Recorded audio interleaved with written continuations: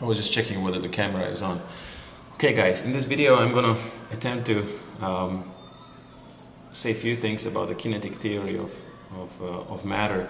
And I don't have much time because in 10 minutes the lunch break will start and all of these students will start coming into the classroom. And I don't have many takes for this video, so I'm sorry if I mess up, and then I'll just correct myself and I won't start the video from the beginning.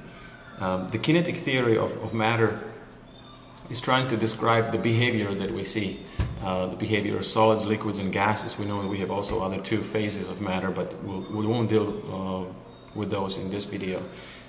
And the kinetic theory basically states that the atoms and the molecules that make up solids, liquids, and gases are in constant motion. They're moving all the time. Weird, but that's how we see solids, liquids, and gases. Kinetic, the word kinetic comes from Latin, and basically it means moving, motion. Kinetics is motion. And the motion that I would like you to picture is, I don't know, for example, this pen. This pen could perform different kinds of motion. It could move this way.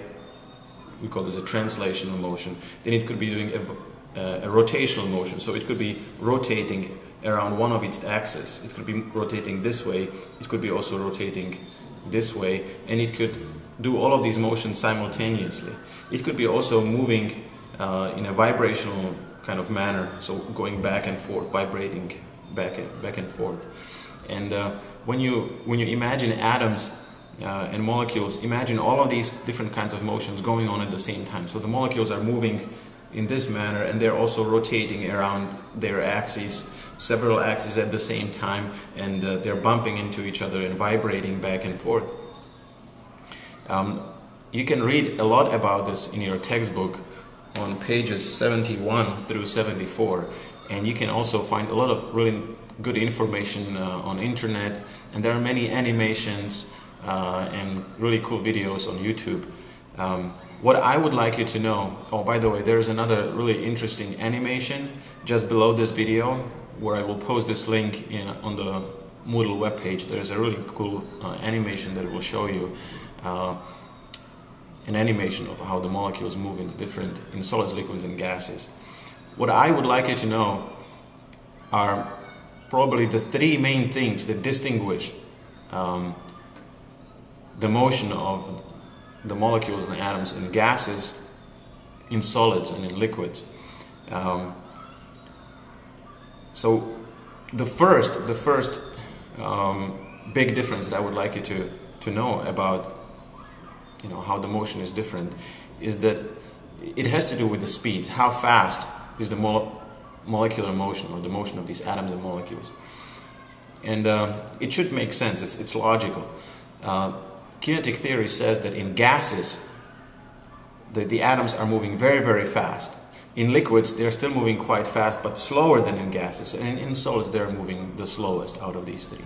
So if we compare the speeds, in gases they move the fastest, in liquids slower, and in solids, the slowest. The second thing is their relative distances, like how far are the atoms and the molecules from each other. In gases, relatively speaking, on average, the atoms and the molecules are the furthest away. In liquids, they are closer, and in solids, they are yet closer. So the closest to each other, on average, the molecules are in solids, then further away in liquids, and the furthest away they are from each other are in gases. And the third thing that's important for the distinguishing of the behavior is the forces that act between the atoms or the molecules in solids, liquids, and gases. It turns out that in gases, we see that in between collisions, they collide all the time, but in between collisions, there are no really visible and feelable forces between the atoms and the molecules. And so the atoms are free to move, and when they collide with each other like two marble balls, except without a sound. Okay? And then they continue to move until they collide again with other atoms or with the walls of the container. In liquids, the molecules, and I'm using marbles as an example here on the table. I have marbles in here, and I can move them freely. They are close to each other, and they're so close that they actually feel mutual attractions and repulsions. But they're still far away from each other that they can move and pass by one each other. They can move past by each other. I like the book's example that it says that it's like students in a crowded hallway. Imagine a hallway full of students during in a break between two classes. You can still move past by each other, and you bump into each other all the time. So you can feel these mutual forces of attraction and repulsion between the molecules in liquids, but they're not so strong that they confine the molecules and the atoms to a single spot, like it is in solids. So the forces of attraction are the biggest in solids, attraction and repulsion. They're actually so strong that the atoms in solids are or seem to be bound to a certain specific position. And of course this explains why solid objects keep their shape and liquid objects don't, and gases, they just fill the whole container. The atoms in solids, again, they feel the attractions and the repulsions a lot. So much that it's kind of, again, the book's example is really good. Like people sitting in a movie theater, even though they can move on their seats, they're not really leaving their seats. They're bound to that seat in which they are sitting.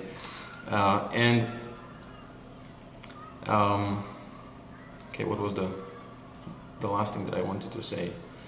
That in solids, even though they're bound to these spots, okay, so the atom, if this pen was the atom of a solid, it cannot really leave, that seat, but it can still vibrate.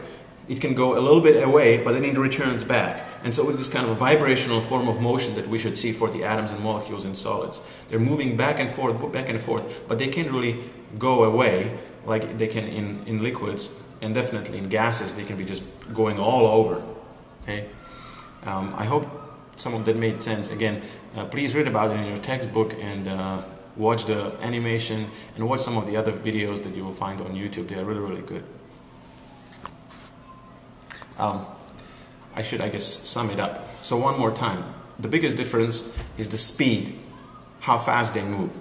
Then, when you're describing the difference, you should be talking about the relative distances, how far away they are from each other, the molecules in liquids, gases, and solids. And the third thing is the forces of attraction and repulsion between the atoms and the molecules. In gases, you don't feel them.